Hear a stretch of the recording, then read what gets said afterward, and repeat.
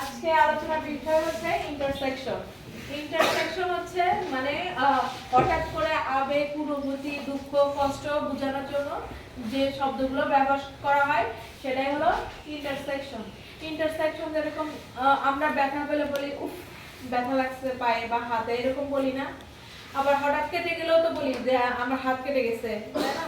এই যে আবেগগুলো প্রকাশ করার জন্য যে শব্দগুলো ব্যবহার করা হয় সেগুলো হচ্ছে ইন্টারসেকশন শব্দ।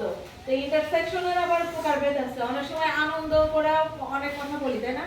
আবার হচ্ছে দুঃখ পেয়েও অনেক কথা বলি, ব্যথা পেয়েও অনেক কথা বলি। সেইগুলোরই হচ্ছে প্রকারভেদ দেখি একটু।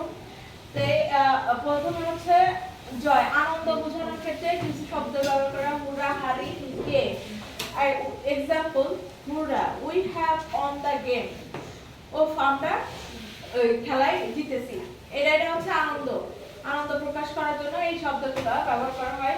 দুঃখ প্রকাশ করার জন্য alas, alas, he has lost this father. দুঃখের বিষয়, সে তার বাবাকে হারিয়েছে। আবার হচ্ছে মিস্টেক, অনেক সময় অনেক কিছু মিস্টেক হয়ে গেলে বলে উপস আমার এই জিনিসটা হারিয়ে গেছে বা ভুল করে ফেলছি, সেই হিসাবেও ব্যবহার করে আই মেড এ মিস্টেক, আমি ভুল করে ফেলেছি। আর আরেকটা হচ্ছে সারপ্রাইজ, বিস্ময়সূচক, ওয়াও বা ও। ও হোয়াট এ বার্ড বিউটিফুল, মানে কত সুন্দর পাখিটা। তার পেইন বোঝাতে, ব্যথা বোঝাতে উপস ও। Oops, I had hurt, আমি হাতে ব্যথা পেয়েছি।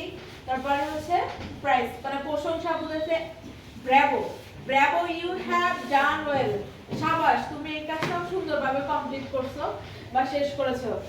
অ্যাটেনশন, মনোযোগ পাওয়ার জন্য হচ্ছে কিছু শব্দ ব্যবহার করা, here, look, hey, come here, এখানে আসো। সাইলেন্ট, নীরবতা বোঝানোর জন্য ইস বা শ। The boy is sleeping, সে নিঃশব্দে হচ্ছে চুপ থাকো বা সে ঘুমাচ্ছে। তো আমাদের যদি শব্দের মাঝে ওয়াও, হুরা, এলাস, ব্রাভো, উপস এই শব্দগুলো থাকে আর সাথে হচ্ছে বিস্ময়সূচক বা আবেগসূচক চিহ্ন যদি থাকে, আমরা বুঝবো যে এই সেন্টেন্সটা হচ্ছে ইন্টারজেকশনে।